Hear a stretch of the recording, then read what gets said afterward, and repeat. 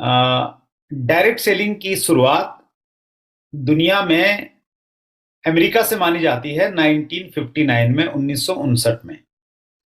वहाँ पहली बार किसी के दिमाग में ये आइडिया आया था कि जो पैसा हम विज्ञापन पे खर्च करते हैं और मिडल मैन में खर्च करते हैं, उस पैसे को अगर हम बचा के सीधे ग्राहकों तक हम सामान लेके जाएं और उस पैसे को बचा के ग्राहकों में ही बांट दें, तो ये एक नया तरीका हो सकता है मार्केटिंग का। तो ये पहली बार 1959 में विचार आया।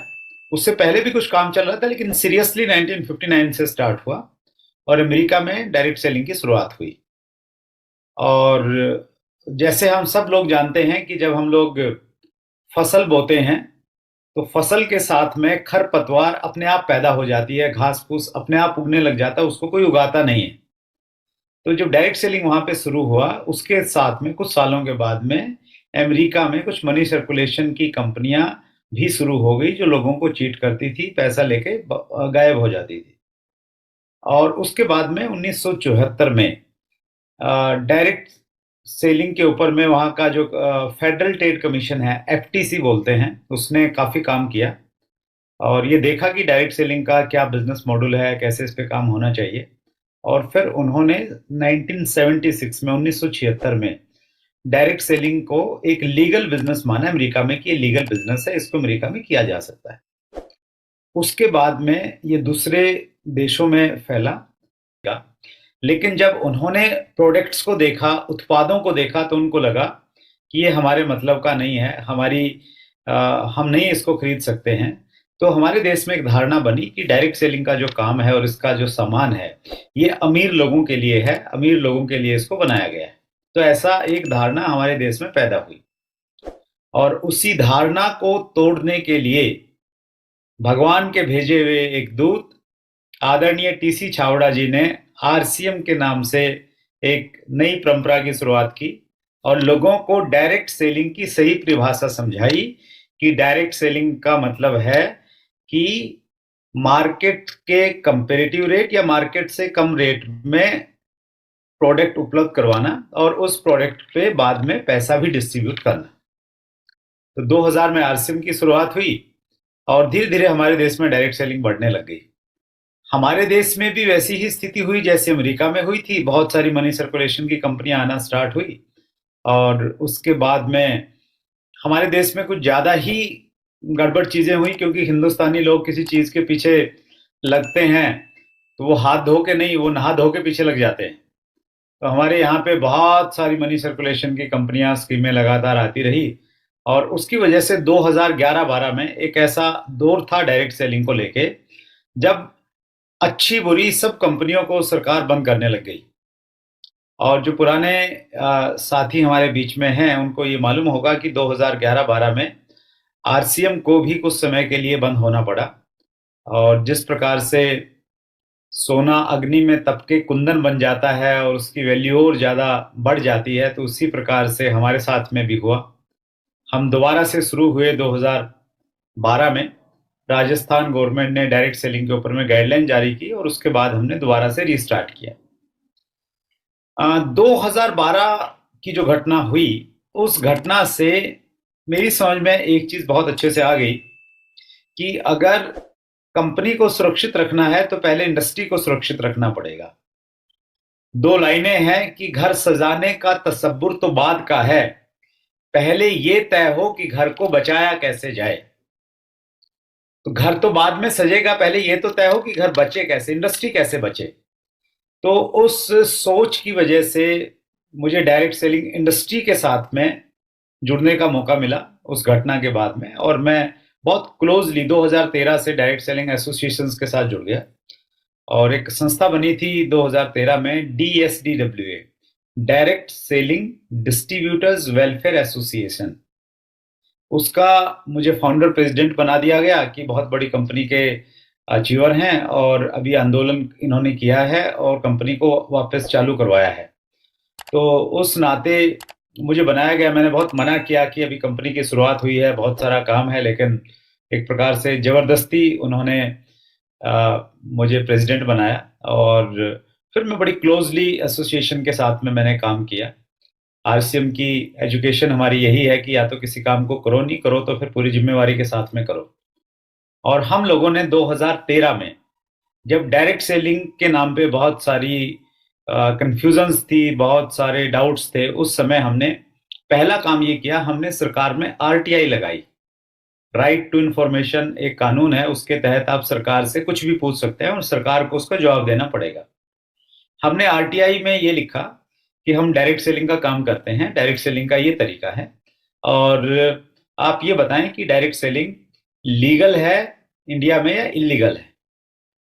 तो ये हमने एक मिनिस्ट्री में लगाई, तो मिनिस्ट्री वालों ने गोलमोल सा जवाब दिया कि भाई आपका जो काम है ये हमारे मंत्रालय के अधीन नहीं आता है।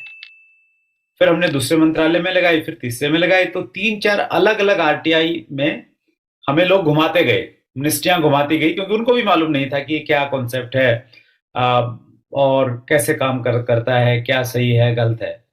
फिर हमने क्या किया, उन सभी जो उत्तर हमें मिले आरटीआई के, उन सभी उत्तरों को हमने इकट्ठा किया और उसके साथ में दुनिया में डायरेक्ट सेलिंग के जहां जहां पे नियम कानून बने हुए हैं उन सबको इकट्ठा किया और एक बहुत बड़ी फाइल बना के हमने एक आरटीआई प्रधानमंत्री ऑफिस में लगाई, पीएमओ में,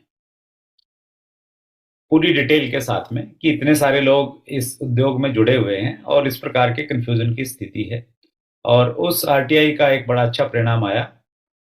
भारत सरकार ने एक इंटर मिनिस्ट्रियल कमेटी बनाई 2014 में। इंटर मिनिस्ट्रियल कमेटी को ये काम सौंपा गया कि आप ये पता लगाइए कि ये डायरेक्ट सेलिंग का मॉडल क्या है और इसको हमारे देश में परमिशन मिलनी चाहिए या नहीं मिलनी चाहिए, एक बात। दूसरी बात, ये किस मंत्रालय के अधीन आना चाहिए। मंत्रालय तब तक डिसाइड नहीं था कि किस मिनिस्ट्री के अंतर्गत ये आएगा।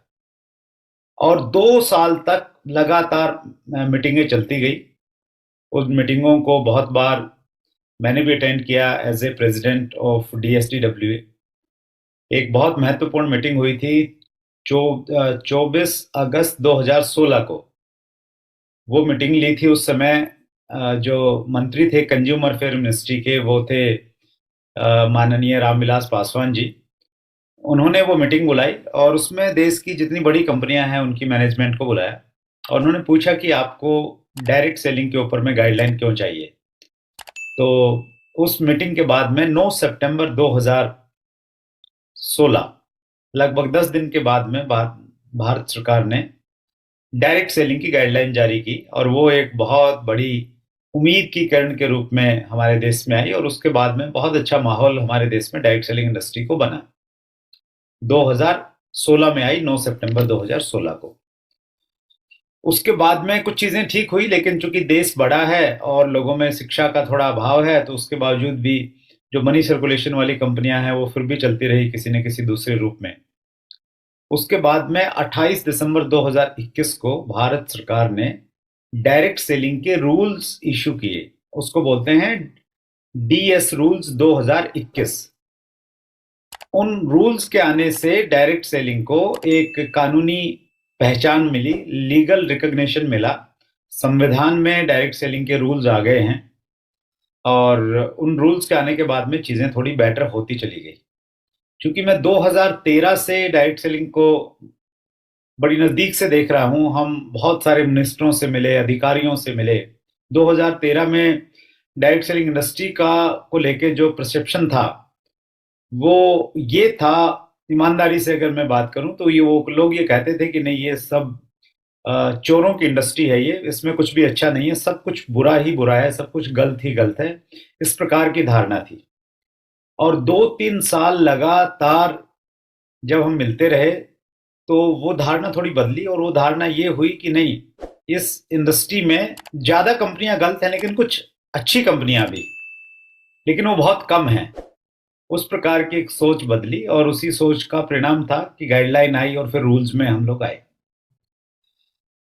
अभी 12 जनवरी 2024 को एक और बहुत सकारात्मक घटना हुई हमारी इंडस्ट्री के इतिहास में। दिल्ली के कॉन्स्टिट्यूशन क्लब में, संविधान भवन भी उसको बोलते हैं, उसमें एक प्रोग्राम रखा गया। उस प्रोग्राम का नाम था डायरेक्ट सेलिंग एम्पावरिंग एंटरप्रेन्योर्स।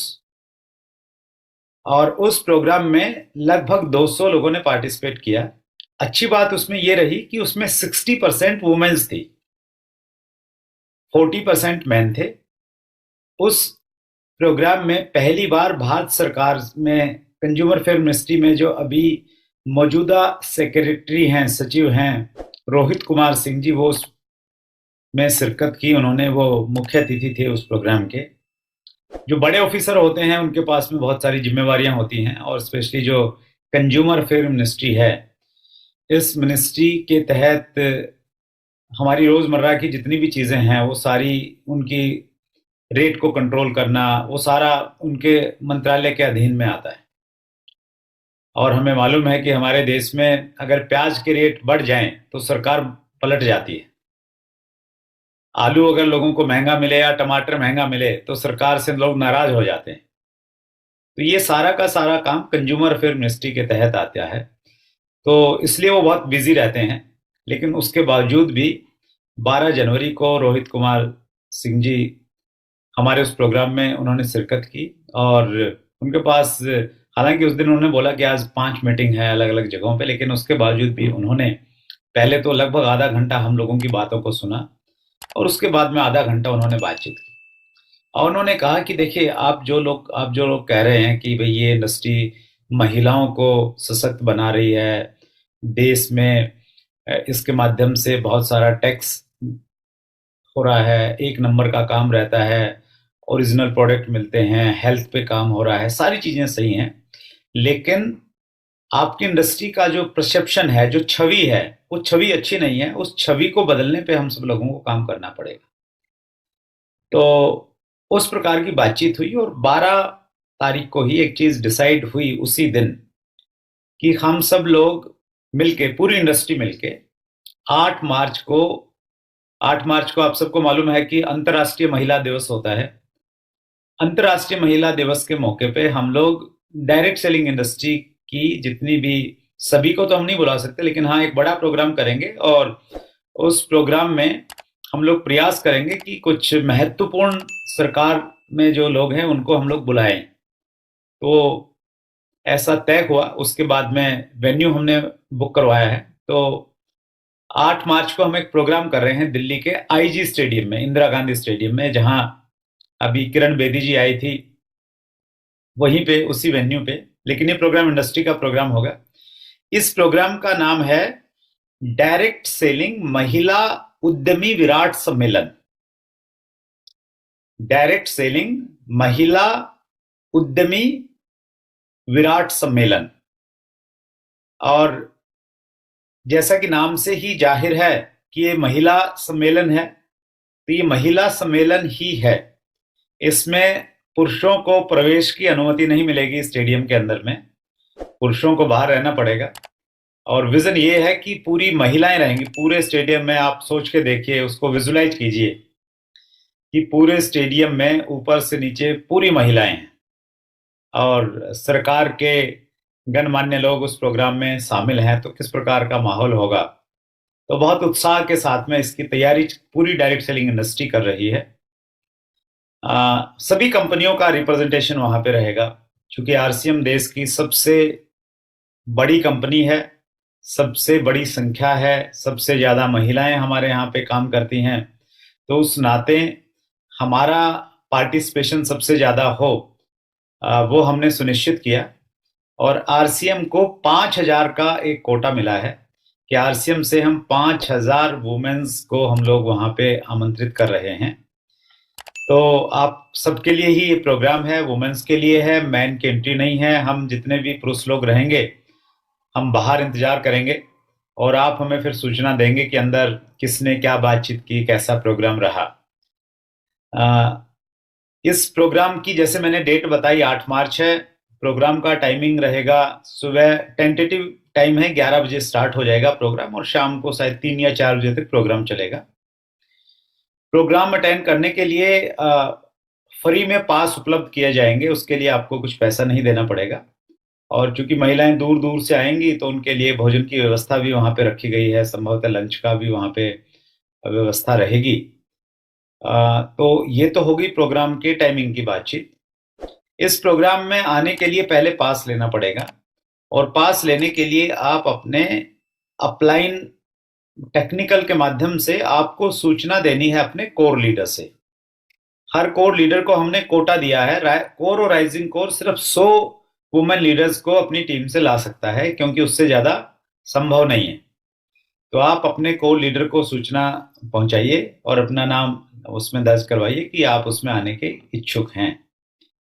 तो हम लोग बहुत उत्साहित हैं, पूरी इंडस्ट्री बहुत उत्साहित है। पहली बार एक अलग प्रोग्राम है, और डायरेक्ट सेलिंग की जो परसेप्शन है, इस प्रोग्राम से एक परसेप्शन चेंज होगी। मीडिया में इसको बहुत अच्छे से कवर किया जाएगा। समय हमारे पास में बहुत ज़्यादा नहीं है। जो दूर से आएंगे उनको थोड़ा प्लानिंग करनी पड़ेगी, पहले से रिजर्वेशन वगैरह का प्लान करना पड़ेगा। तो अगर आप रिजर्वेशन प्लान कर रहे हैं तो आप ऐसा प्लान कर सकते हैं कि 8 तारीख को सुबह आप 8-9 बजे तक पहुंच जाइए दिल्ली में, और रात को आप 6 बजे के बाद का आप टिकट आप वापसी का भी बनवा सकते हैं। तो चूंकि कुछ सरकारी ऑफिसर्स उसमें इनवाइटेड रहेंगे, कौन कौन रहेंगे वो अभी बताना ठीक नहीं रहेगा, क्योंकि 22 तारीख को अयोध्या में राम मंदिर का शुभारंभ हो रहा है, उद्घाटन है, तो सभी लोग उसमें व्यस्त हैं। उसके बाद में वो प्रक्रिया स्टार्ट होगी। तो आप उसकी तैयारी कीजिए।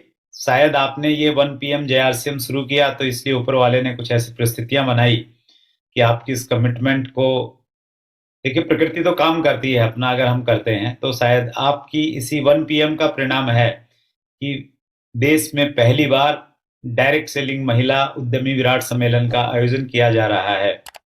तो उसमें असली पार्टिसिपेशन के हकदार आप ही हैं, जो लगातार इस प्रोग्राम को इस प्रकार से संचालित कर रही हैं।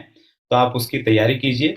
और BC सर ने मुझे बताया कि 2 बजे से एक प्रोग्राम रहता है जिसमें जूनियर टीम रहती है, तो उसको भी कल्याणी जी आप या सरोजनी मैडम आप एक बार सूचना दीजिएगा इसी प्रकार से। लेकिन ये जानकारी, आपके आने की जो जानकारी है, ये आपने अपने कोर लीडर को ही देनी है। उसी के माध्यम से आपने संख्या नोट करवानी है, और कहीं नोट आप नहीं करवाएंगे। और उसमें भी समय आज रात 10 बजे तक का ही निर्धारित किया गया है। सब कोर लीडर आप अपनी टीमों से कम्युनिकेट कर रहे होंगे, तो आप 10 बजे से पहले उनको सूचित कर दीजिएगा। सो मुझे समय देने